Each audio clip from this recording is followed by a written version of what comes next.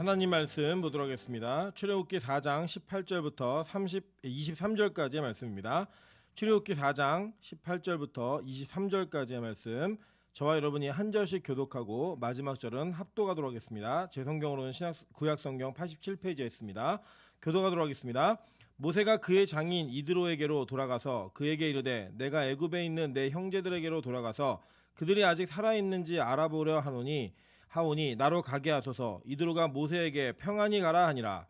여호와께서 미디안에서 모세에게 이르시되 애굽으로 돌아가라. 내 목숨을 노리던 자가 다 죽었느니라. 모세가 그의 아내와 아들들을 나귀에 태우고 애굽으로 돌아가는데 모세가 하나님의 지팡이를 손에 잡았더라.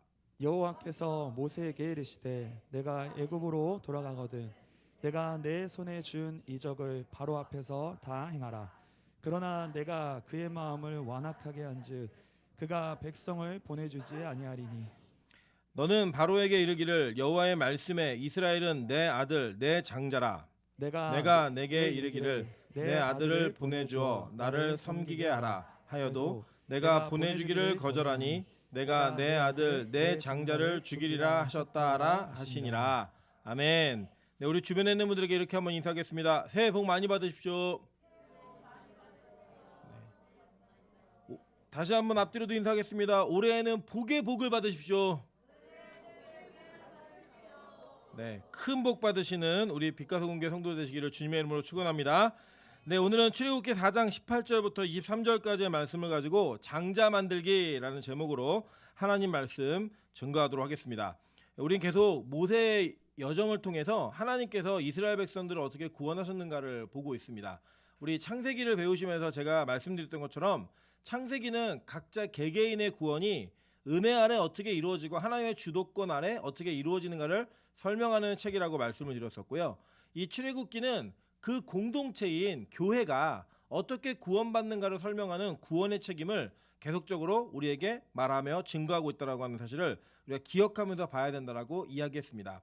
여기 오늘 보시는 바처럼 하나님께서는 이 애굽에서 종노릇하고 있었던 노예로 살고 있었던 이스라엘 백성들을 구원하시기 위해 하나님의 공동체의 구원을 모세라는 인물을 통해 이루시고자 하나님은 이 모세를 준비시키셨습니다. 그러니까 철저히 이 모세는 하나님의 구원의 계획 속에 있는 이스라엘 백성들을 구원하기 위해 세움받은 자임을 성경은 우리에게 가르치고 있다는 거예요. 그러면서 하나님께서는 이 모세조차도 그냥 준비되어 있는 사람을 쓰신 게 아니라 하나님이 그렇게 준비하기로 작정해 놓으시고 아예 출생부터 인도하셨다는 거예요. 그 인도하심을 따라 그 모세가 걷는 그 걸음을 보면 창세기에 나와 있는 개인의 구원, 즉 개인의 변화와 하나님 앞에서의 순종함이 어떻게 변하는지를 압축적으로 보여주고는 인생의 여정을 걷게 됩니다. 그래서 그는 자신의 힘과 자신의 뜻대로 살았던 자였어요. 자기 힘대로 사람을 죽이고 자기 힘대로 판결했던 그 자가 자기의 모든 것들을 다 상실하고 잃은 그 차원에서 모든 것을 포기한 내려놓은 자가 되었을 때 하나님은 비로소 그를 만나셨고 그를 부르셨습니다. 그리고 그를 설득하시는데 이 하나님은 포기가 없는 분이에요. 한번 찍은 사람은 반드시 자기가 원하는 자리까지 만들어내시는 분이라는 거예요. 그 만들어내시는 그 과정 속에서 이 모세는 하나님께 막 협박도 당하고 설득도 당하고 마지막에는 그 하나님의 진노하심 그 앞에 무서워서 어쩔 수 없이 순종하는 적당한 순종이 있었다라고 성경은 증거합니다. 왜냐하면 잘 보세요. 오늘 18절에 보니까요. 모세가 그의 장인 이드로에게로 돌아가서 그에게 이르되 내가 애굽에 있는 내 형제들에게로 돌아가서 그들이 아직 살아있는지 알아보려 하오니 나로 가게 하소서. 이드로가 모세에게 평안히 가라 하니라 라고 얘기해요. 이 장인이었던 이드로와 모세의 대화를 살펴보면 모세는 자신이 하나님으로부터 구원의 사명을 받았다라고 하는 것을 한 번도 이야기하지 않습니다. 그가 얘기한 내용은 뭐냐면 그냥 내 형제들 잘 있는지 한번 보고 올게요 라고 얘기한 거예요. 몇 년 만에요? 40년 만에. 그러니까 장인의 입장에서는 얼마나 속이 시원했겠어요. 맨날 빌붙어가지고 내 양이나 치고 있고 무기력해 보이는 그 사위가 딱 한마디 한 거예요. 아버님 저 집에 좀 다녀오겠습니다. 그러니까 무조건 무슨 이유든 가라 그런 거죠. 그냥 가라 제발 너네 집으로. 그래도 이 모세가 이 여정을 떠나는데요. 원래는 어떻게 했어야 돼요? 옛날 모세 같았으면 아버님 제가 산에서 양을 치고 있는데 하나님이 나타나셨습니다. 저에게 민족을 구원하는 사명을 주셨습니다. 사위 잘 두셨죠? 이 얘기 해야죠. 그죠? 근데 이 모세가 그 정도로 자신에 대한 열등감도 있었지만 동시에 하나님을 신뢰하는 마음도 없었던 거예요. 하나님이 나 같은 인간이랑 뭘 하시겠다고, 나랑 도대체 뭘 하시겠다고. 그래서요, 그 모세가 선택한 건 뭐냐면 적당한 순종이에요. 가긴 가잖아요. 이유는 정확하지, 하나님의 명령은 정확한 명령이 아니에요. 가긴 가잖아요, 이거예요. 여러분, 우리 인생은요, 하나님께서 말씀하신 내용들을 다 순종하기에는 참 부족한 존재들입니다. 그래서 우리는 사실 이 적당이라는 단어는 되게 좋은 단어예요. 그죠? 적당히 먹어, 그죠? 적당히 부어, 뭐 적당히 벌어, 적당하다라고 하는 것은 알맞고 정확하게 맞는 것을 이야기하는 아주 좋은 단어인데, 이 한국 문화 속에서 적당이라는 말은 굉장히 안 좋은 뉘앙스가 포함되었습니다. 그래서 이 적당한 순종하는 모세는 사실은 모든 우리의 삶의 늘 대변하는 그런 모습이 있다라는 거예요. 근데 너무나 위로가 되는 거는요, 성경의 모든 인물들이 그런 식으로 적당한 순종을 출발로 하나님의 부르신 가운데 응답했다라고 하는 겁니다. 창세기 12장 5절에 이렇게 얘기합니다. 아브라함이 그의 아내 사레와 조카 롯과 하란에서 모은 모든 소유와 얻은 사람들을 이끌고 가나안 땅으로 가려고 떠나서 마침내 가나안 땅에 들어갔더라라고 이야기해요. 여러분, 이 장면은 원래 하나님께서 아브라함에게 이렇게 말씀하셨죠. 너는 본토 친척 아비의 집을 떠나라라고 얘기하면서 그가 끊어야 될 것을 설명하실 때 본토와 친척과 아비를 끊으라고 이야기했어요. 그런데 그가 이 명령에 순종하는 것 같았지만 그에게는 적당이라는 것을 만족시키기 위해 뭐 하나를 포함시켰죠. 그게 누구였어요? 조카 롯이었어요. 그죠? 조카 롯과 함께 간 거예요. 그는 하나님의 말씀에 온전한 순종하지 못했습니다. 그냥 하나님이 명령하시는 적당한 순종을 한 거예요. 창세기 12장 10절에도 이렇게 얘기합니다. 그 땅에 기근이 들었으므로 아브라함이 애굽에 거류하려고 그리로 내려갔으니 이는 그 땅에 기근이 심하였음이라 라고 이야기해요. 원래 하나님께서는 그 주신 땅 그곳에 머물라라고 말씀하시면서 아브라함의 인생의 여정 가운데 그를 75세에 부르시고 그가 그 땅에 들어갈 때까지 하나님은 그 땅에 대한 약속을 해주셨어요. 그런데 그 땅에 들어가자마자 그가 만난 게 뭐였냐? 바로 기근이었어요. 그 기근을 만나자마자 아브라함의 행동이 뭔지 아십니까? 그는 거류하라고, 잠깐 머무르라고 그 애굽 땅으로 내려왔다라는 거예요. 여러분, 그게 누구의 모습이에요? 저와 여러분의 모습이죠. 그죠? 심지어는요, 아브라함은 하나님이 그에게 자녀를 주겠다는 약속조차도 온전하게 신뢰하지 못했습니다. 창세기 16장 1절부터 2절을 보니까요, 아브라함의 아내 사레는 출산하지 못하였고 그에게는 한 여종이 있으니 애굽 사람이여 이름은 하갈이라.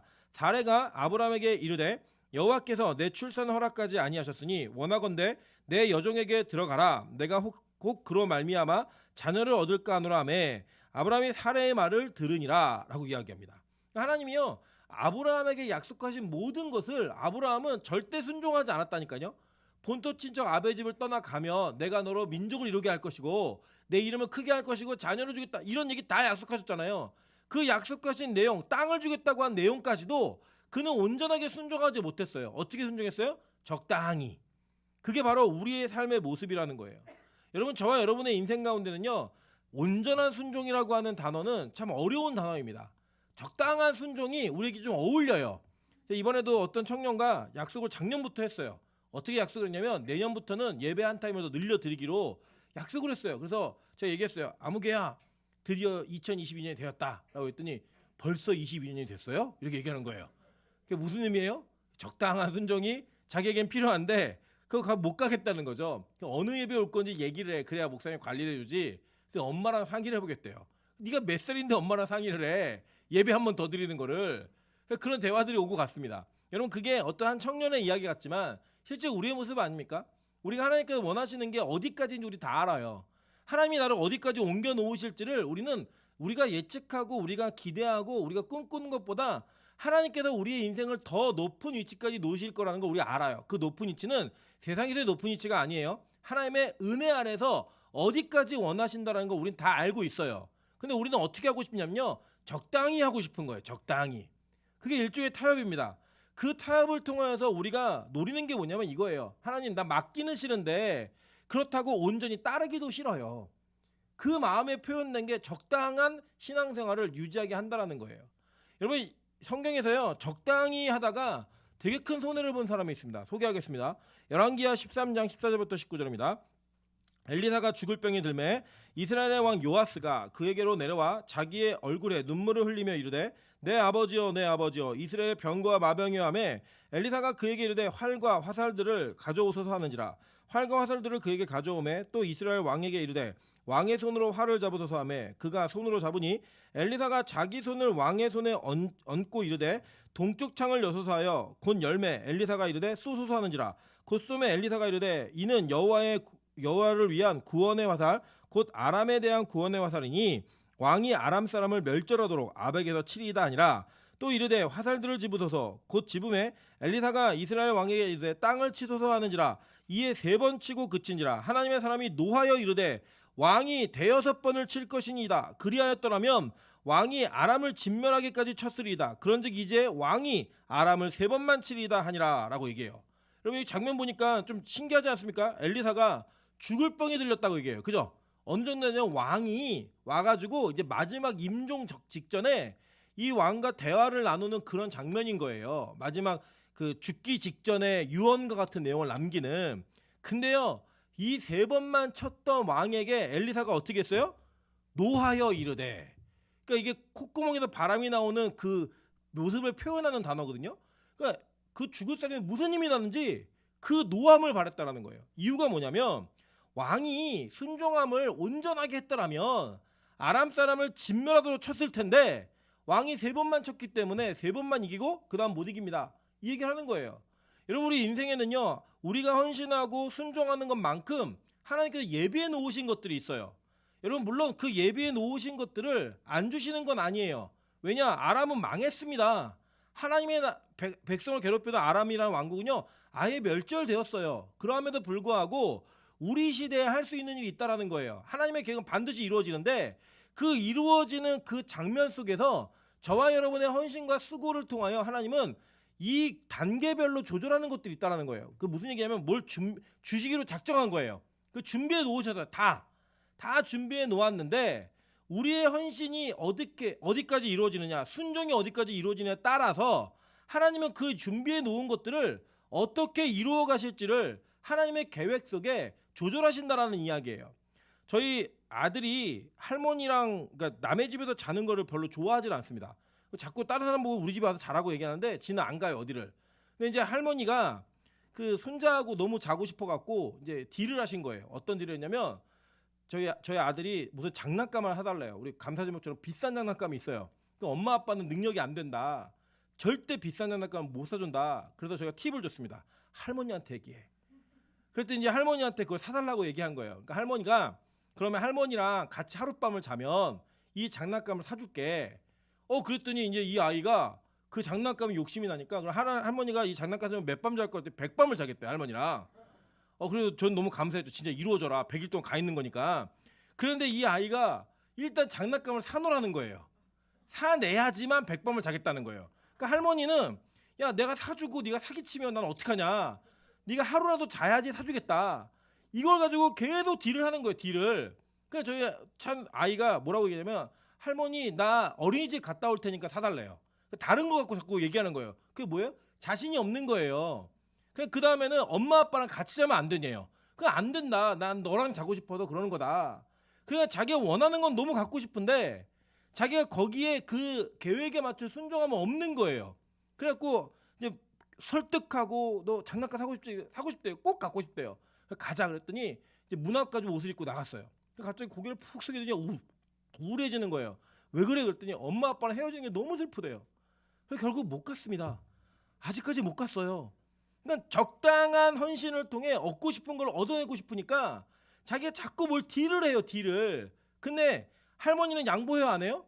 할머니의 목적이 뭔데? 할머니의 목적은 그 아이랑 자는 거예요. 물론 거기에는 이 아이가 이제 엄마 아빠를 떨어져서 혼자서도 뭔가를 할 수 있는 용기를 키워주고 싶은 할머니의 의도도 있어요. 그래서 이제 그 의도가 있는데 거기까지 못 가니까 자기가 원하는 거 이미 준비돼 있어요.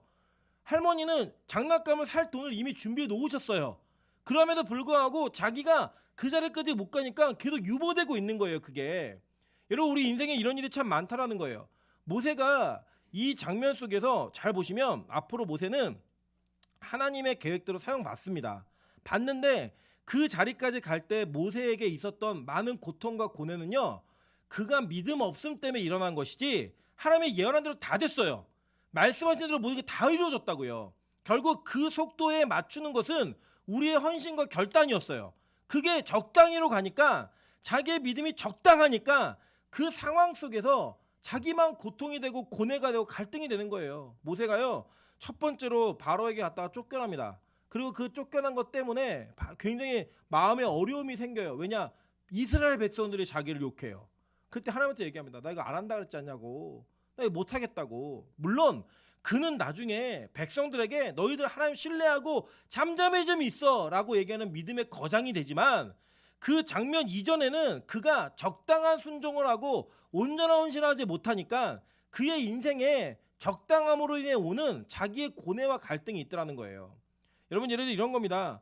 예를 들어 뭐 우리 교회에서 앞으로 매일 예배를 드리겠다, 뭐 21일 동안 특세를 한다, 그러면 마음에서 내가 올인해야지 라고 마음먹은 사람은 그 이후에 고민이 있다 없다? 없어요. 그냥 은혜만 누리면 돼요. 그래서 누가 고뇌하는지 아세요? 내 체력상 월요일 화요일은 할 것 같고, 수요일은 안 될 것 같고, 목요일은 안 될 것 같고, 그냥 다 해도 나는 절대 못해. 한 번만 가볼까? 두 번만 가볼까? 이 사람은 무슨 고민을 해요? 남들은 은혜를 누리고 있는데 이 자리를 와야 될지 안 와야 될지 난 고민이 계속되고 있더라는 거예요. 여러분, 우리 인생에는 바로 그런 겁니다. 왜 고뇌하죠? 순종하고 싶기 때문에. 그 고뇌가 있는데 온전하게 못하면 그 고뇌는 끝나지 않고 계속되는 거예요. 제가 보니까요, 신앙의 여정 속에서 정말 고민이 많으신 분들은 절대적인 순종, 온전한 순종이 없기 때문에 일어나는 일이 참 많아요. 그래서 우리는요, 2023년 2년도에는 하나님 앞에 절대적인 순종을 통하여 2023년에 결론을 이야기할 때, 내가 올해는 진짜 온전한 순종을 통해 하나님의 뜻이 우리 개인의 삶 가운데, 가정 가운데, 교회 가운데 이루어졌구나라는 것들을 말할 수 있는, 증거할 수 있는 그런 믿음의 성도 되시기를 주님의 이름으로 축원합니다. 여러분 보시면요, 하나님은요 다 준비해 놓으셨어요. 보세요. 19절 보니까 여호와께서 미디안에서 모세에게 이르시되 애굽으로 돌아가라, 내 목숨을 노리던 자가 다 죽었느니라 라고 이야기해요. 물론 지금 같으면 어느 나라의 왕이 죽었다 뭐 이러면 엄청 소문이 나겠죠, 그죠? 뭐 우리 대통령이 죽었다, 어느 국가의 뭐 총리가 죽었다 막 이래도 신문에 막 나잖아요. 인터넷 금방금방 알고. 근데 이 시대는 그런 시대가 아니었어요. 모세는요, 그의 생명을 찾던 자를 피해서 숨어 살던 수배자였습니다. 살인 수배자였어요. 이 살인 혐의를 가지고 있는 이 수배자가 철저하게 자신의 신분을 숨기며 살아가고 있을 때 하나님이 그에게 나타나서 너 애굽으로 돌아가라고 얘기하는 그 시대는 하나님이 이미 그가 돌아가서 사역을 다 할 수 있는 모든 것들을 다 만들어 놓은 시대였다는 거예요. 이거는요, 세속 역사에서도 증명됩니다. 제가 오늘도 이제 도표를 하나 실어드렸는데, 이게 그 애굽의 전체 왕국의 파라오들의 그 순서예요. 순서인데 제가 보니까 빨간색으로 두 칸이 치어져 있죠. 보이시죠? 이 투트모세가 누구냐면 모세를 죽이려고 했던, 잡아와 죽이게라고 했던 그 왕이에요. 그리고 이 투트모세가 다음 아들을 낳아서 그 아들이 왕이 됐는데, 이게 아멘호텝이라고 얘기하고 아멘호테프라고도 얘기하는데, 이 아멘호테프 2세입니다. 그러니까 이 그 출애굽이 역사학자들이 대부분 동의하는 내용이 뭐냐면 BC 1446년에 출애굽이 이루어졌다라고 이야기합니다. 그리고 보면은 이 투트모세가 몇 년도까지 살았죠? 기원전 1450년 살았어요. 그리고 그 죽은 지 4년 뒤에 어떤 일이 벌어진 거예요? 출애굽 사건이 벌어진 거예요. 그리고 이게 역사로 참 재밌는 게요, 이 아멘호테프에게는 아들이 있었는데 넷째였던 막내가 왕이 돼요. 그러니까 이 투트모세 4세가 아멘호테프의 막내 아들이에요. 왜 첫째 아들이 왕이 안 됐을까요? 장자 재앙 때문에. 그러니까 이게 쓰여 있진 않아요. 장자 재앙 때문에 죽었다 쓰여 있지 않은데, 넷째가 왕이 됐다라는 건 쓰여져 있고, 그 첫째가 어떤 어려움으로 인해서 왕이 될 수 없었다라고는 이게 기록되어 있는 비문들이 발견이 됩니다. 그러니까 이 세속 역사에서도요, 하나님은 하나님의 계획과 중심을 따라 이 세속의 역사를 움직이시는 거예요. 여러분, 우리가 볼 때는요, 세상 역사 가운데 여러분이 아무것도 아닌 것 같지만 하나님의 관점에서는 여러분 때문에 세상의 역사가 움직이는 겁니다. 믿으십니까? 여러분, 코로나가 교회를 어렵게 했다고 생각하지 마세요. 하나님이 교회 때문에 코로나 상황을 벌리신 거예요. 이 상황을 통해서 하나님께서는 우리가 무언가 이 상황 속에서 깨달아야 될 것이 있기 때문에 하나님이 이 사건을 벌리신 거예요. 여러분 뭐 주변에 여러분의 가정의 환경에 여러분의 삶의 환경 속에 이런 일이 벌어져서 내가 괴롭다고 얘기하지 마세요. 하나님은요 저와 여러분을 통해서 일을 하고 싶으시기 때문에 우리를 만들기 위해 그 상황을 벌리신 거예요. 믿으십니까? 그렇게 생각하면 우리가 그 상황 속에 매이지 않고 상황 속에 답을 찾을 수 있는 존재가 되는 거예요. 하나님께서는 이 모세에게 너 돌아가라고 얘기하시면서 그 말을 하기 전 4년 전에 누굴 죽이셨어요? 모세의 생명을 찾던 왕을 죽였다니까요. 그래서 가서 일할 수 있게 여러분 한번 상상해 보겠습니다. 모세가 만약에 투트모세 3세가 살아있을 때 출애굽하라는 사명을 받아서 가면 모세의 마음이 어떻겠어요? 알아볼까요? 못 알아볼까요? 왕이 같이 자랐잖아요. 알아보잖아요. 그러면 이제 어떻게 되겠어요? 너 그때 애국 관리 죽이고 도망갔던 놈이네? 죽여! 끝난 거예요 그냥. 하나님은요 이러한 모든 상황까지도 다 정확하고 세밀하게 조절하셔서 보내기 4년 전에 누굴 죽였다? 왕을 죽인 거예요. 왕을. 누구 때문에요? 모세 때문에. 누구 때문에요? 나 때문에. 저와 여러분 때문에 하나님은 모든 상황을 다 준비시켜 놓으시는 거예요. 믿으십니까? 여러분 그게요 하나님께서 우리 인생에 벌리시는 사건이에요. 저도 개인적으로는 제가 스스로 뭐를 막 이렇게 도전적으로 막 움직이고 이런 거 별로 좋아하질 않아요. 그냥 있는 거 열심히 하고 이런 사람이기 때문에. 근데 하나님이요 꼭 보면요 돌아보고 나면 제 삶 가운데 제가 스스로 할 수 없는 결정과 제가 스스로 할 수 없는 일들을 하나님께서 환경을 통해 다 일을 하셨어요. 그리고 밀어 넣으시고 그렇게 할 수밖에 없게 만드세요. 그리고 해보고 나면 돌아보고 나면 이 사건을 위해 이 장면을 위해 이 사명을 위해 하나님이 일들을 만드셨구나 라고 하는 것들을 느끼게 되더라는 거예요. 저는 저와 여러분이 그런 일들을 경험하는 2022년도가 되시기를 주님의 이름으로 축원합니다. 하나님께서는요 우리 교회를 향해서 분명한 사명을 좀 맡기신다고 믿어요. 그래서 우리에게 예배를 요구하시고 그 예배 속에서 어떻게 살아야 될지를 하나님 가르치실 거예요. 왜냐? 코로나는 끝납니다. 반드시 끝나요. 어떤 식으로든 끝나요.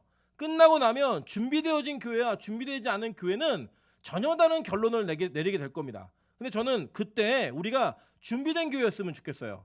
근데 이 준비됨은 우리가 주장하는 게 아니에요. 누가 주장하는 거냐? 하나님이 주장하시는 거라고요. 하나님이 우리를 이끄실 때 그 뜻을 따라 순종함을 따라 나아가면 반드시 돌아보고 나면 그래서 우리 교회에 이런 상황을 주셨구나. 그래서 코로나라는 특별한 상황을 통하여 우리의 인생을 인도하셨구나 라고 인정할 수 있게 되더라는 거예요. 저는 그걸 믿습니다. 반드시 우리 그렇게 할 거예요. 왜냐? 우리는 하나님의 백성이기 때문에. 하나님은요 그렇게 움직이시는 거예요. 여러분 그래서요 하나님은요 우리의 의지와 우리의 결단과 상관없이 하나님의 일하심의 영역과 그 무대를 다 준비시켜 놓습니다. 보실게요. 출애굽기 14장 21절입니다. 모세가 바다 위로 손을 내밀매 여호와께서 큰 동풍이 밤새도록 바닷물을 물러가게 하시니 물이 갈라져 바다가 마른 땅이 된지라 라고 이야기해요. 자 이게 뭐냐면요 지금 출애굽을 하고 홍해를 건널 때 홍해 도하 사건을 얘기하는 거예요. 근데 여기 보니까 뭐라고 얘기하냐면 큰 동풍이 어떻게 불었대요? 밤새도록 불었대요. 여러분 이게 성경을 나중에 우리 출애굽기 14장 다시 또 배우시겠지만 우리 보통 막 영화나 뭐 만화 이런 거 보면 모세가 이렇게 지팡이 갖다 팍 찍으면 물이 갑자기 보자마자 확 갈라지고 멋있잖아요 막.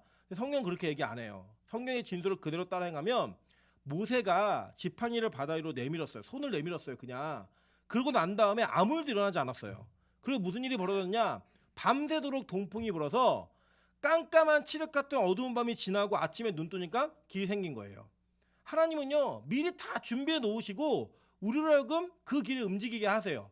물론 우리의 믿음이 더 자라고 더 크게 되면 하나님은 우리와 함께 일하시기를 원하십니다. 왜냐? 그것을 우리의 공로로 인정해 주시기 위해. 그게 우리가 나중에 천국 가면 다 우리가 했다라고 얘기하시는 거예요. 그럼 우리는 그때 다시 그것을 하나님께 돌려드리며 하나님 때문에 가능했습니다 라고 고백하게 만드시는 그 관계를 이루시기 위해 하나님은 우리의 결단과 행동을 먼저 요구하실 수도 있어요. 그런데요 하나님께서 우리의 믿음을 키우시고 성장하실 때에는 다 준비시켜 놓고 일하게 하세요. 그래서 갈라진 바다를 건너게 하신 거예요. 하나님은 미리 다 준비해 놓으시고 그 준비한 것들을 통해 일을 하게 하시기 때문에 우리는 뭐만 하면 된다? 순종만 하면 되는 거예요. 보세요. 출애굽기 23장 20절 보니까요. 내가 사자를 내 앞서 보내어 길에서 너를 보호하여 너를 내가 예비한 곳에 이르게 하리니라고 얘기해요. 그죠? 그러니까 하나님이 너 어떻게 하나 보고 그때마다 일로 가 절로 가 얘기하는 게 아니라 이미 길목마다 사자를 다 보내놓으셨어요. 다 예비해 놓으시고 그 예비되어진 마지막 종국의 결론을 통해서 하나님이 여기까지 인도하셨구나라고 고백하게 만드신다는 거예요. 저는 2021년도 쭉 보내시면서 여러분 그런 기억이 있지 않으십니까? 아, 하나님이 이렇게 하시려고 그런 어려움을 주셨었구나. 이렇게 하시려고 이런 상황을 벌리셨었구나. 근데 돌아보고 나니까 이런 결론이 있네. 아직 그 결론이 안 내리신 분들도 기대하십시오. 2022년에 그 결론이 내려지실 겁니다. 믿으십니까? 그게 안 되면 2023년에도 내리실 거예요. 하나님은 여러분의 인생을 다 디자인해 놓으셨어요. 얼마나 감사해요. 여러분 그냥 우리가 모르는 게 어려운 거잖아요. 모르는 게. 아는 건 어려운 게 아니에요. 하나님이요. 여러분보다 여러분을 더 사랑하신 하나님께서 여러분보다 여러분을 더 잘 아시는 하나님께서 모든 것을 다 예비해 놓으셨다라는 거예요. 그래서 절대로 낙심하지 마십시오.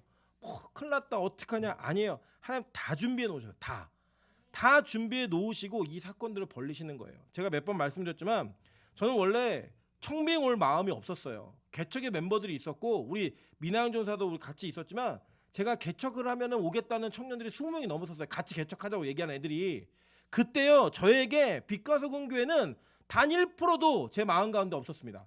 기도의 제목에서도 명분상 그냥 어른 목사님께서 말씀하시니까 제가 기도해 보겠습니다라고 말씀은 드렸지만 제 마음 가운데 꼭 여기 오고 싶습니다 이런 게도 절대 없었어요.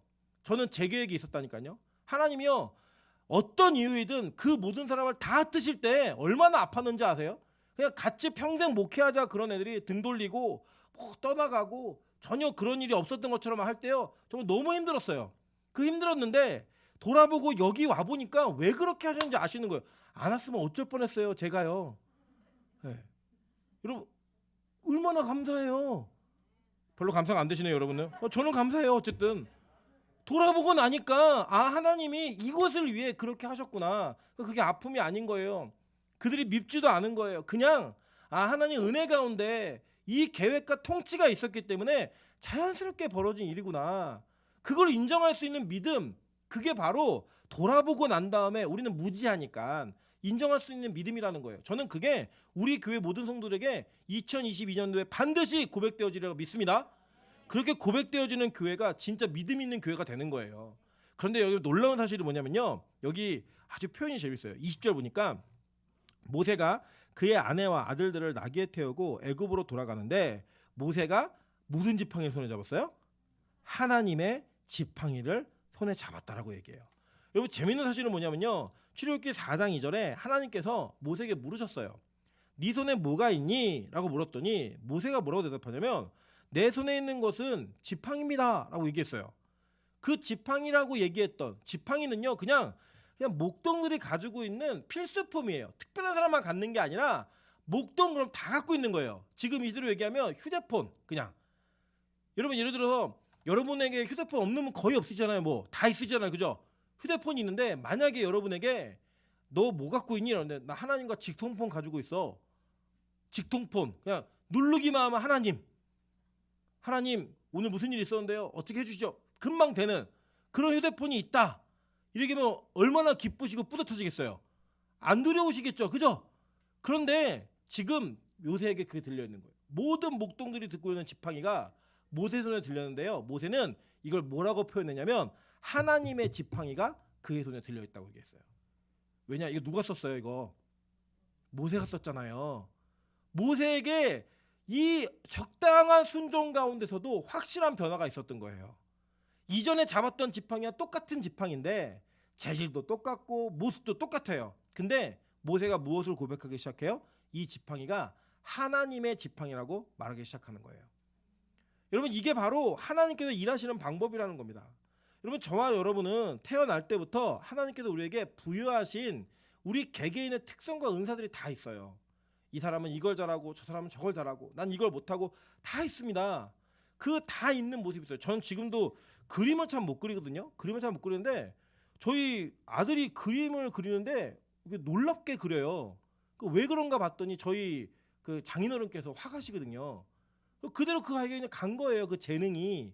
그림을 막 그리고 색칠을 막 하는 거예요. 그러니까 저희 아버님이 찬수가 그림 그리는 걸 보더니 본인을 닮아서 그렇다고 너무 되게 뿌듯하시는 거예요.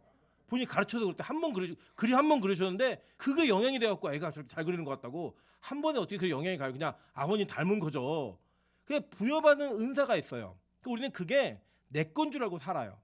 근데 그 은사도 사실은 비등비등해요. 나만 그림 잘 그리나요? 아니에요. 나만 노래 잘해요? 아니에요. 우리 다 비슷비슷합니다. 거기서 조금 더 낫고 조금 못하고 요 차이지 그냥 비슷해요. 그런데 어느 날 우리가 하나님 손에 붙들린 바 되어서 하나님의 일꾼으로 사용받는 자가 되기 시작하면요, 그 재능을 하나님의 재능이라고 말하기 시작해요.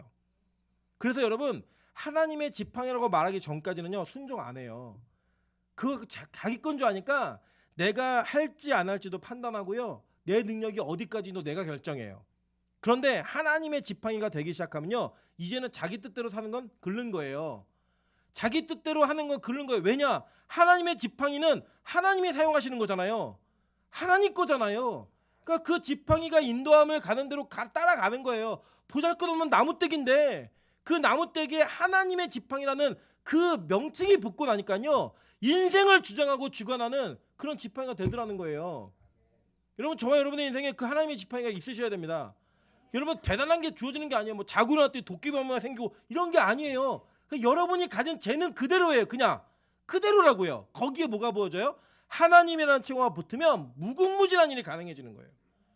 그가 예전에 짚고 다니는 지팡이는 80의 노구를 의지하던, 자기의 몸을 지키고 의지하던 그 자기의 보호 도구였어요.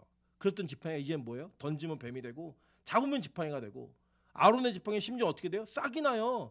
지팡이로 바다 위에다 가리키면 그 바다가 갈라졌어요. 그게 하나님의 지팡이라고요.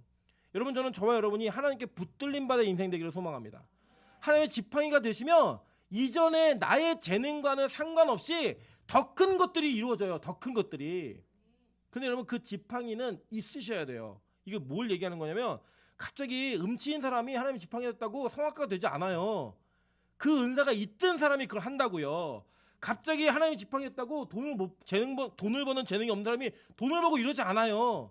그 재능이 있다고요, 타고난. 근데 그게 기름 부음만 된 하나님께 붙들림 받은 지팡이가 되면 어떤 일이 벌어져요? 우리가 상상하는 거 이상의 일들이 막 벌어지는 거예요. 그게 바로 하나님의 지팡이에요. 그걸 들고 가는 거예요. 그게요, 모세에게 일어난 가장 큰 변화인 거예요. 여러분, 저는요, 우리 사람이 막 크게 변한다고 생각하지 않습니다. 제가 이게 신앙의 여정과 그래도 뭐 목회를 좀 일찍 시작했잖아요. 제가 이게 그래도 지금 보니까 20년 됐더라고요. 목회라는 걸 한 지 20년이 됐어요. 그 20년의 목회를 하다 보니까 사람이 급격하게 변화되고 이런 거는 정말 드물었어요. 몇 번 안 됐어요. 사람은 어떻게 변화되느냐? 조금씩 하나님의 인도하심을 따라 돌아보고 나면 저 사람이 저렇게 변했네, 돌아보고 나면 내가 이만큼 변했네, 이 고백을 하게 하시더라고요. 여러분, 여러분의 남편, 아내, 자녀, 부모가 한꺼번에 확 변할 거라 생각하지 마세요. 기도하시는 거예요. 하나님, 이번 2022년도에는 우리 어머니가 교회 2번만 밟을 수 있게 도와주세요. 23년도에는 4번 밟게 도와주세요. 그러다가 하나님 매일 예배 되게 도와주세요. 가는 거 이렇게. 저는요, 우리 교회가 뭐 매일 예배 드린다고 얘기했다고 전체가 다 매일 예배를 드리는 교회가 될 거라 생각하지 않아요. 절대 그렇게 생각하지 않아요. 여러분, 제가 저희 집의 간증을 말씀드릴게요. 저희 아내는 하나님을 잘 모르는 상태에서 그냥 하나님을 그냥 믿는 어렴풋한 믿음이 있는 상태에서 목사랑 결혼했어요. 그래서 사실 제가 객관적으로 보면 저희 아내가 저를 좋아했다는 게 말이 안 돼요. 그래서 제가 거절한 이유가 있어요. 왜 거절했냐면, 넌 초신자여서 안 돼, 이렇게 거절했더니 오기가 생기더래요. 네가 뭔데 날 거절해, 이런 오기가 생겨가지고, 그래서 이게 결혼이 된 거예요. 이 결혼을 되고 나서 저희 집은 전쟁터였습니다. 왜 전쟁터였냐? 그냥 저희 아내는 일주일에 한 번 보던 목사였고, 저는 매일의 예배를 드리는 사람이다 보니까 이 충돌이 너무 심했던 거예요. 그래서 저희 아내가 어느 정도였냐면, 특세를 하면 낮에 예배 드렸는데 왜 저녁에 또 가냐고, 저녁에 예배 드렸는데 왜 또 새벽까지 가서 기도를 해야 되냐고. 그래서 그것 갖고 막 이게 다툼이 있었던 거예요. 그러니까 저희 어머니는 그냥 사랑으로 품어주시고, 저는 계속 닥달하니까 저희 아내가 그러더라고요. 어머니도 뭐라고 안 하는데 왜 당신이 뭐라 그러냐고. 그래서 제가 그럼 거꾸로 우리 어머니가 뭐라 그러고 내가 안 그랬으면 좋겠냐고. 그거 더 지옥이지 않냐고. 그러면서요, 몇 년을 싸웠냐? 3년을 싸웠어요. 3년을. 3년 동안요, 저는 어떤 생각이냐, 저희 아내도 마찬가지였겠지만 너무 힘들었죠. 저는 제가 결혼을 안 해야 되는 사람인데 결혼하고 벌 받는 줄 알았어요. 진짜로. 그랬던 충돌과 다툼이 있었다니까요. 그 3년 뒤에 하나님께서 저희 아내의 인생을 만지시고 저의 인생을 만지시면서 저희를 고치신 이후에 그 3년이라는 시간이 딱 지나고 나니까요, 저희 아내가 예배자가 돼 있더라고요. 그러고 나서요, 저희 집안의 모든 전쟁은 끝났어요.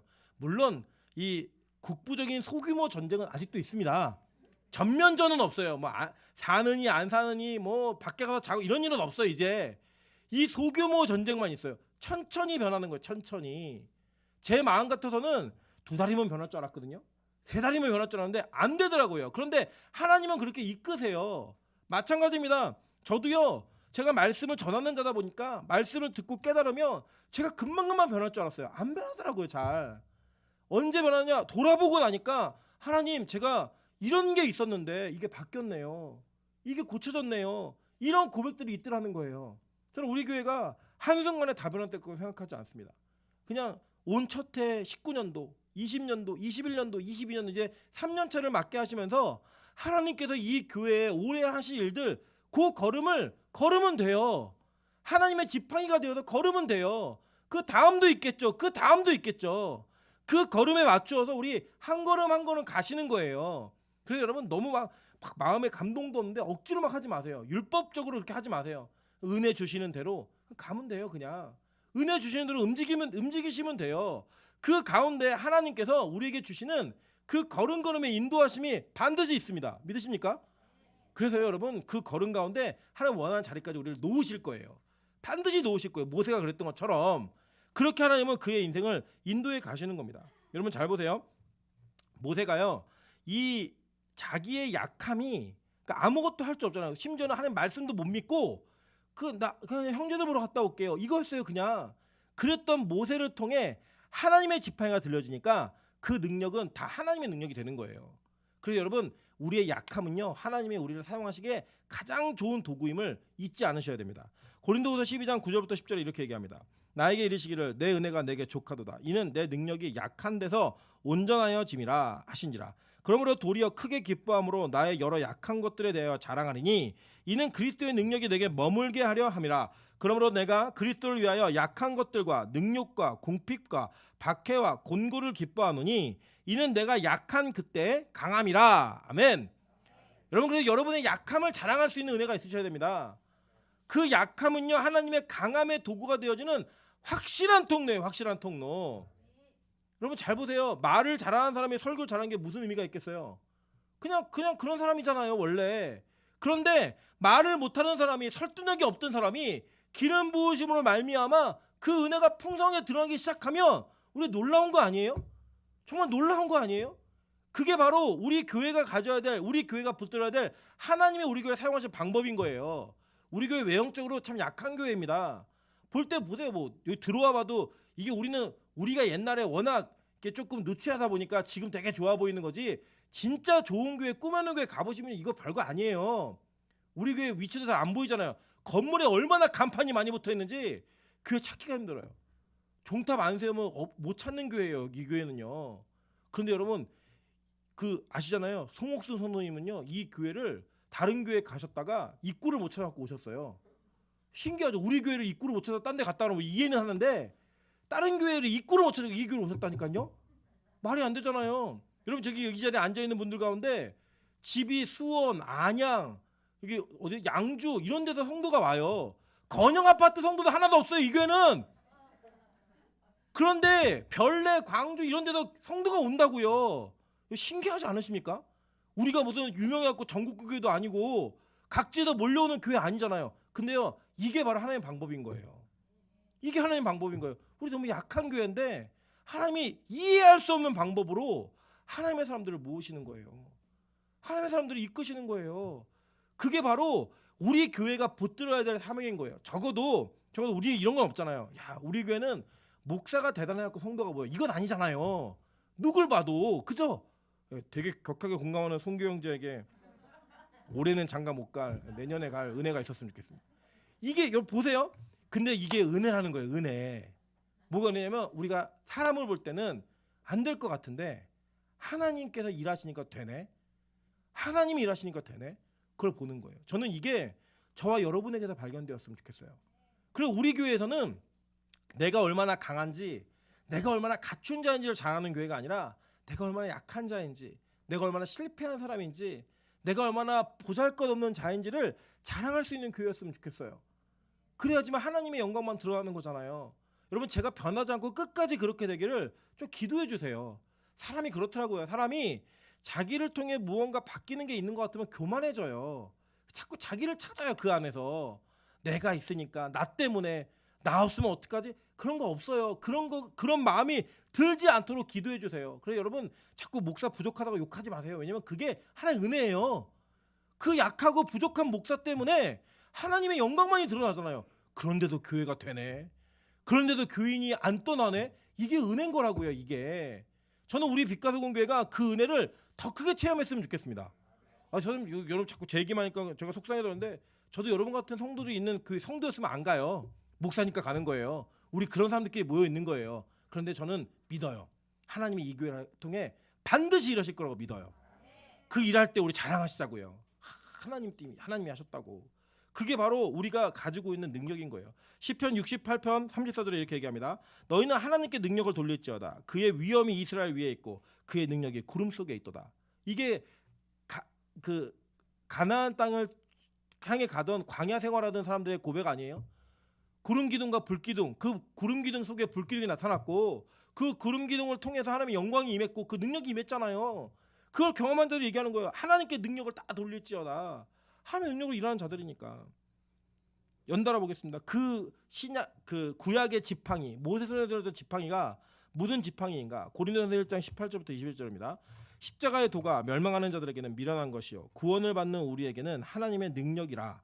기록된 바 내가 지혜 있는 자들의 지혜를 멸하고 총명한 자들의 총명을 패하리라 했으니, 지혜 있는 자가 어디 있느냐, 선비가 어디 있느냐, 이 시대의 변론가가 어디 있느냐. 하나님께서 이 세상의 지혜를 미련하게 하신 것이 아니냐.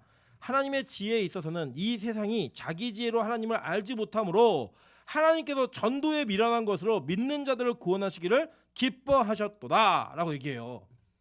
여러분, 십자가가요 그냥 목동들의 지팡이라니까요. 여러분 아시잖아요. 애굽 사람들은 제일 천히 여기는 직업이 뭐였어요? 목동이었다고요. 그 목동 손에 들린 하나님의 지팡이가 애굽의 신들을 멸하고 백성들을 이끌어내는 지팡이가 되는 것처럼 우리에게 십자가가 그 지팡이라고요. 여러분, 이 시대에 그 십자가의 은혜를 믿고 보혈의 구속을 믿으면서 이렇게 예배하는 자들이 멍청한 사람들 아니에요?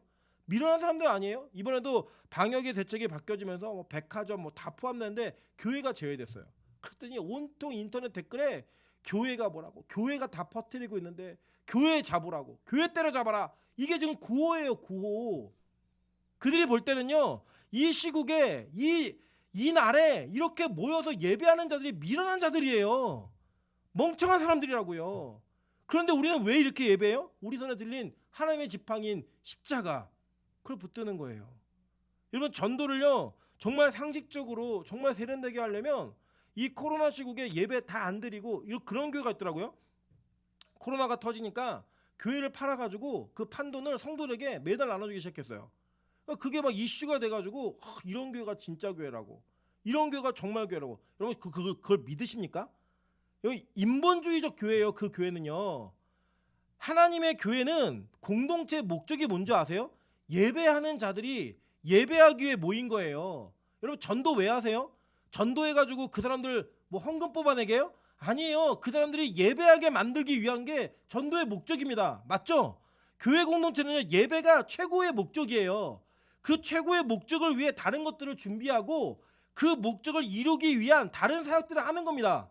그 사역을 통해 예배자들을 만들어내는 거예요. 그게 교회의 목적 아니에요? 그런데 그 목적을 상실하는, 그 목적을 없애는 일을 해요? 말도 안 되는 거죠. 세상 사람이 볼 때 그게 너무나 멋있어요. 칭찬하더라고요, 세상 사람들이. 이런 교회가 진짜 교회다. 아닙니다, 여러분. 진짜 교회는요, 십자가의 증거가 확실해지는 교회가 진짜 교회인 거예요. 십자가에 미련한 것으로, 전도에 미련한 것으로 믿는 자들을 구원하는 교회가 진짜 교회인 거예요. 그래서 이 시대에 더 복음을 외쳐야 합니다. 더 예배 가운데 복음이 강조되어져야만 해요. 그걸 통해 하나님의 사람들이 세워지는 거예요. 그걸 통해 교회가 굳건하게 서가는 거라고요. 여러분, 교회의 존재 목적을 절대 잊으셔서는 안 돼요.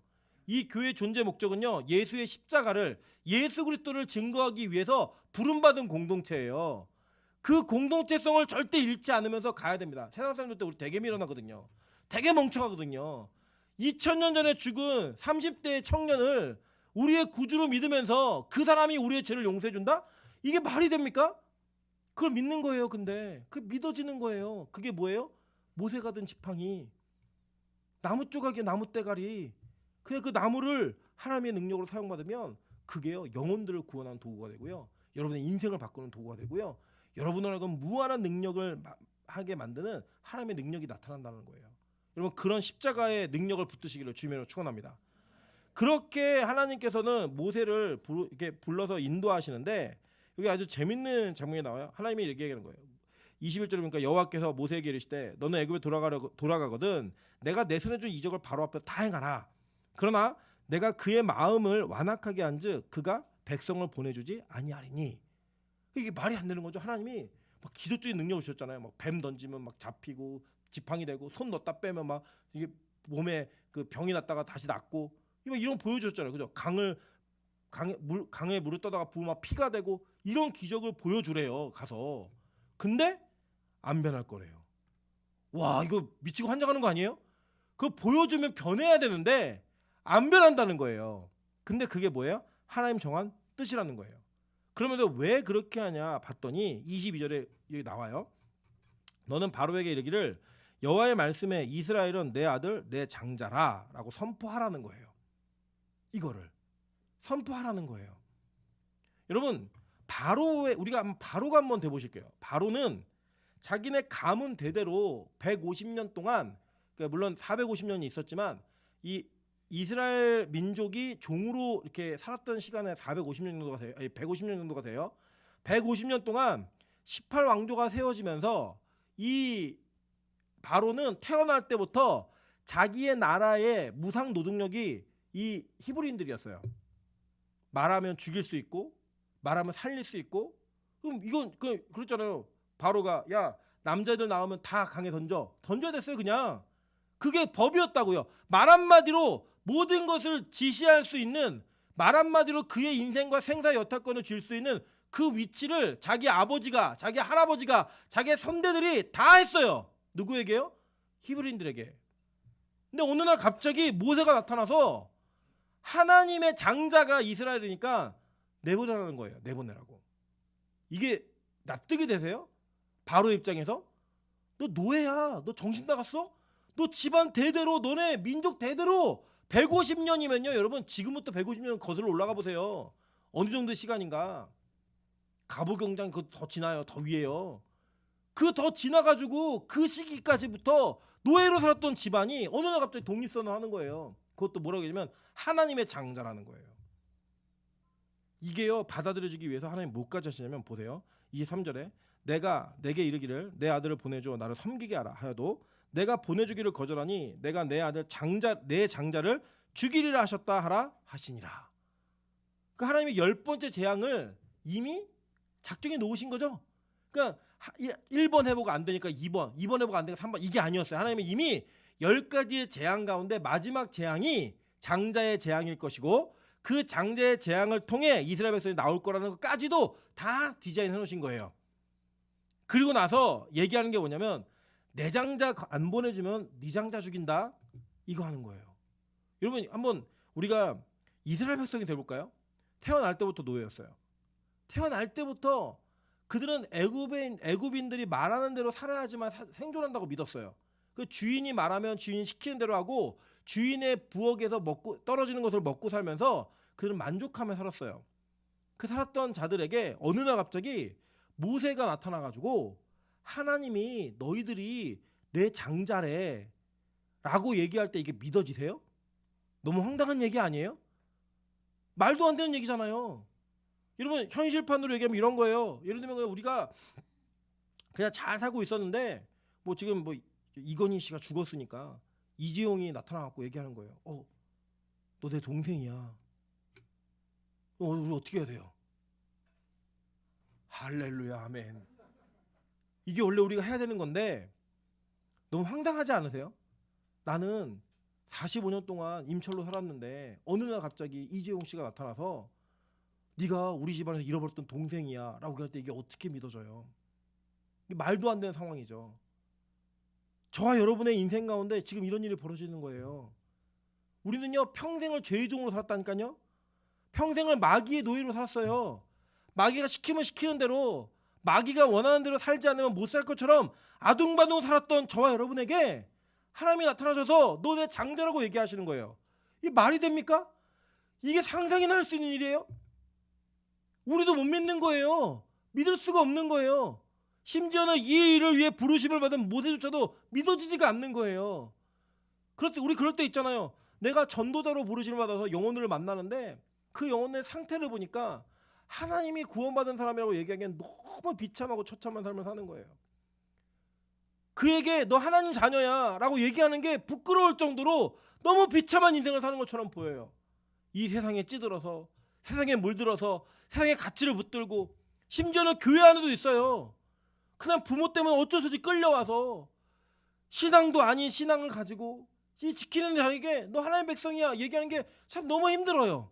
우리도 믿어질 수가 없고 믿기가 힘들어. 나 자신도 못 믿겠지만 우리 주변에 있는 자들이 그렇게 부르심 받는 것도 못 믿겠어요. 근데요 하나님은요 그러한 저와 여러분을 장자로 만들기 시작하는 거예요.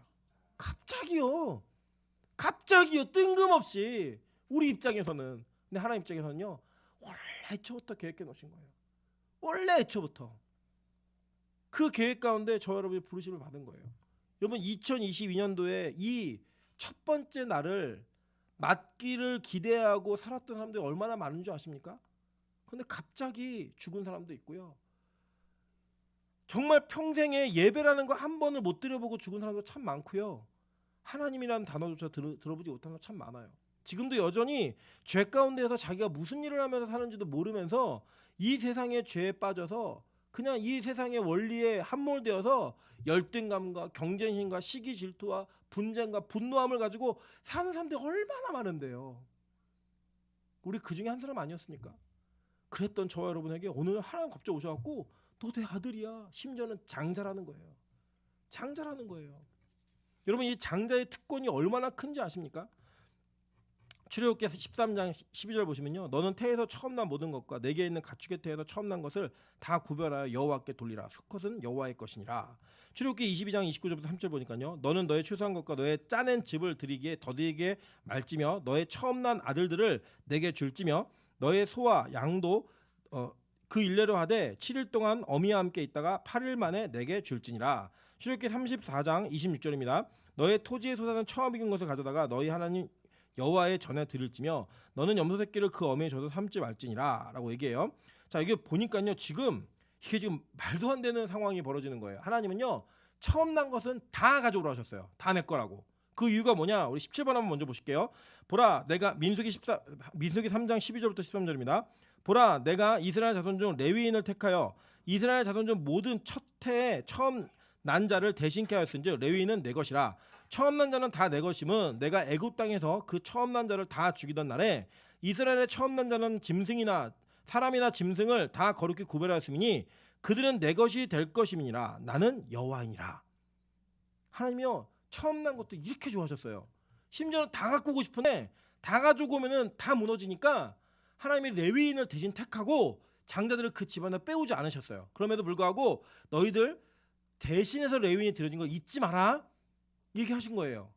이건 뭐냐? 여러분 제가 설명 한번 드린 적이 있을 거예요. 이스라엘 백성들에게 첫 1이라고 하는 거는요. 첫 번째는 단지 순서 1, 2, 3, 4의 그 첫 번째 의미가 아니에요. 전체를 다 얘기하는 거예요. 여러분 11조 있잖아요. 11조. 11조는 10분의 1이라는 퍼센테이지가 아니에요. 10에서 1이라고 하는 그 1은 가장 처음 것, 첫 번째 것을 얘기하는 전체를 상징하는 거예요. 그래서 이스라엘 백성들에게 이 시대의 장자는 집안의 그 어떤 것과도 비교할 수 없는 값어치와 가치를 지닌 존재였고 그 위치와 역할은 이루 말할 수 없는 권위를 지니고 있었던 게 장자였어요. 하나님은요 하나님의 사람들을 택하실 때 개인의 구원을 이루실 때 장자가 아닌 자들을 장자로 세우셔서 하나님의 복음을 이어오셨습니다. 그리고 제가 도표에 넣었죠. 아브라함의 둘째가 누구예요? 이삭이었잖아요. 그죠? 첫째는 이스마엘, 이삭의 둘째가 야곱이었어요. 요셉의 둘째가 에브라임이었어요. 이세의 막내가 다윗이었어요. 다윗의 아들 중에 넷째가 다섯째 막내 중에 솔로몬이었어요. 솔로몬. 왕위의 서열에서는 감히 서열을 꿈꿀 수 없는 위치였다고요. 그랬던 자들을 하나님이 장자 만들기를 하셔서 장자로 삼으셔갖고 그 사람들을 세워 가신 거예요. 그리고 복음이란 걸 이어오신 거라고요. 그 복음이 누구에게도 이어진 거예요? 저와 여러분에게도 이어진 거예요. 저와 여러분은 그대로 나타난 거예요. 여러분, 그게 바로 하나님의 장자 만들기입니다. 그래서 지금 오늘부터, 아니 이전부터 여러분은 계획되어진 장자였고 오늘부터 여러분은 장자예요. 우리 주변에게 인사하겠습니다. 장자된 것을 축하드립니다. 저 여러분 장자 되셨어요. 하나님이 절대 가져서 포기하지 않을 거. 너는 다 내 거야. 다 내 거라고. 그렇게 주장할 만한 소유권이 있는 자들이 누구예요? 저와 여러분인 거예요. 얼마나 감격이에요. 우리 18번 볼게요. 베드로전서 2장 9절에 그래서 이렇게 얘기하는 거예요. 그러나 너희는 택하신 족속이요 왕 같은 제사장이요 거룩한 나라요 그의 소유된 백성이 소유가 된 백성이니. 감격 아닙니까? 하나님이요 이스라엘 백성들을 그렇게 불러오라고 모세를 보내시는 거예요. 그렇게 보내시는 거예요. 여러분, 이 세상에서 정말 세상의 장자로 사셨잖아요. 마귀의 장자로 사셨잖아요. 너희 아비는 마귀니 너희 거짓말하는 자식들이라고 그런 평가를 받았던 저와 여러분의 인생 가운데 하나님 오늘 갑자기 뜬금없이 나타나가지고 얘기하시는 거예요. 너 장자라고, 너 내 장자야 라고 얘기하실 때 여러분 이게 감격이 있으셔야 되는 거예요. 저는 2022년 첫 번째 말씀이, 우리가 물론 이 성경을 우리가 시리즈로 보고 있지만 이 시리즈로 보고 있는 첫 번째 말씀에 이 연도에 걸린 그 말씀이 저 여러분을 장자라고 불러주신 게 너무 감격인 거예요. 2021년으로 돌아보면 나 장자 아닌데, 나 하나님의 소유된 백성이라고 말하기에는 참 부끄러운 인생인데 하나님이 저 여러분 인생 그렇게 불러주시는 거예요. 그 얘기는 뭐예요? 앞으로 반드시 그렇게 하시겠다라는 거예요. 반드시 이렇게 하시겠다라는 거예요. 우리 자격 없는데 그렇게 하시겠다라는 거예요. 여러분, 하나님의 의지는, 하나님의 분명한 선언적 의지는 반드시 이루어집니다. 믿으십니까? 그래서 하나님이 내가 너 구원할 거야 라고 하는 거는 우리가 구원 받았다라고 얘기할 거랑 똑같은 단어인 거예요. 이해되세요? 무슨 말인지? 여러분, 예를 들어 제가 여기서 이 자리에 서가지고 여러분 집안에 있는 빚을 다 얘기해 보세요. 제가 다 해결해 드릴게요 라고 얘기하면 그건 거짓말이에요. 저는 그런 능력이 안 돼요. 근데 여기 이 자리에 선 사람이 뭐 예를 들어 빌 게이츠가 얘기하는 거예요. 여러분, 여러분의 빚을 다 내놓으세요. 제가 다 해결해 드릴게요. 그게 가능한 얘기예요? 가능하지 않은 얘기예요? 가능하지 않아. 영어를 못 알아들으니까 영어를 하셔야 돼요. 영어로 하는 걸 듣기만 하면 가능한 얘기 아니에요. 가능한 얘기죠. 실제 현실성 있는 얘기죠. 그죠? 하나님이요 저와 여러분을 그렇게 부르신 거예요. 여러분, 목사가 어떻게 사람을 구원해요? 못해요. 이 땅에 어떤 뛰어난 목사도 사람 구원 못해요. 오직 누구만 하실 수 있어요? 하나님만 하시는 거예요. 그 하나님이 저 여러분을 그렇게 부르시고 있는 거예요. 여러분, 그 앞에 나오세요. 그 앞에 순종하세요. 그러면 우리는 가장 큰 구원의 감격의 증인이 될 것이라고 저는 확신 있게 믿습니다. 고린도전서 1장 25절부터 31절입니다. 하나님의 어리석음은 사람보다 지혜롭고 하나님의 약하심은 사람보다 강하니라. 형제들아, 너희를 부르심을 보라. 육체를 따라 지혜로운 자가 많지 아니하며 능한 자가 많지 아니하며 문벌 좋은 자가 많지 아니하도다. 그러나 하나님께서 이 세상에 미련한 것들을 택하사 지혜 있는 자들을 부끄럽게 하려 하시고 세상에 약한 것들을 택하사 강한 것들을 부끄럽게 하려 하시며 하나님께서 세상에 천한 것들과 멸시받는 것들과 없는 것들을 택하사 있는 것들을 폐하려 하시나니 이는 아무 육체도 하나님 앞에서 자랑하지 못하게 하려 하심이라. 너희는 하나님으로부터 나서 그리스도 예수 안에 있고 예수는 하나님으로부터 나와서 우리에게 지혜와 의로움과 거룩함과 구원함이 되었으니 기록된 바 자랑하는 자는 주 안에서 자랑하라 함과 같게 하려 함이라. 이게 바로 하나님이 우리를 장자로 삼으시는 과정 가운데 우리가 고백해야 될 내용인 거예요. 하나님, 나 장자될 자격 없는데, 난 진짜 아닌 인간인데 하나님 2022년도에 장자 만들기에 나를 주인공으로 세우신 게 너무 감사합니다. 장자 만들기에 그 계획 속에 나를 포함시키신 게 너무 감사합니다. 하나님, 앞으로 내 인생을 이끄시면서 반드시 이렇게 장자를 만들어 달라고, 그 장자를 만들어가는 과정 가운데 내가 사용받는 인생 될 수 있게 도와달라고, 그렇게 나아가는 저와 여러분 되시기를 주님의 이름으로